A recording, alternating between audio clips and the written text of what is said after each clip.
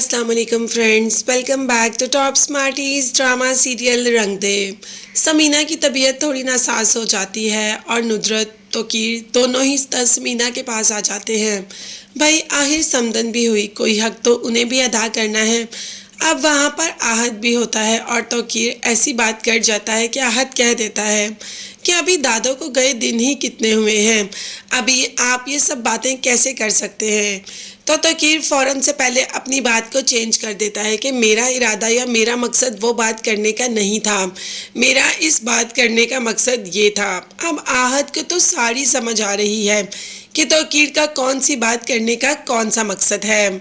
ये बात कहकर तोकीर नीचे ही आता है कि पीछे से आहत भी आ जाता है और कहता है कि अच्छा आपसे एक बात पूछनी थी, आज़र साहब की शादी हो गई है क्या? क्योंकि मैंने उन्हें होटल में उनकी बीवी के साथ देखा, माशाल्लाह काफ़ी खुश दिखाई दे रहे थे।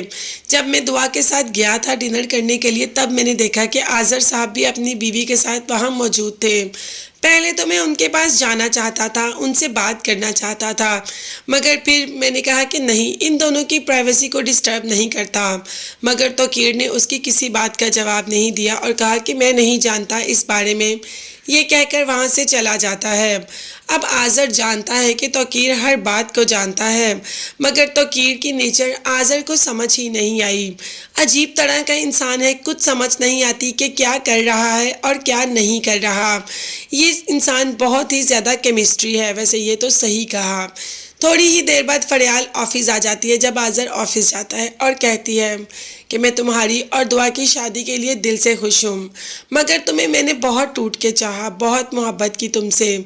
मैं नहीं चाहती थी कि तुम्हारी शादी मेरे अलावा किसी से भी हो, मगर तुमने तो मुझे चाहा ही नहीं, इसीलिए मैं तुम्हारी इस खुशी में भी राज़ी हो गई।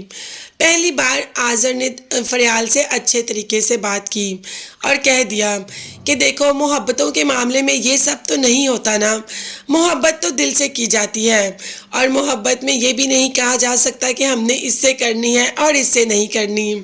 फरियाल शायद इस बात को अंडरस्टैंड करती है या आहत के सामने अच्छा बनने का नाटक कर रही है। इसके बाद वहाँ से चली जाती है और तोकीर आते ही आज़र को कॉल कर देता है कि आज मैं उसके घर गया था आहत के। वो बोल रहा था कि आप अपनी मिसेस के साथ डिनर कर रहे थे।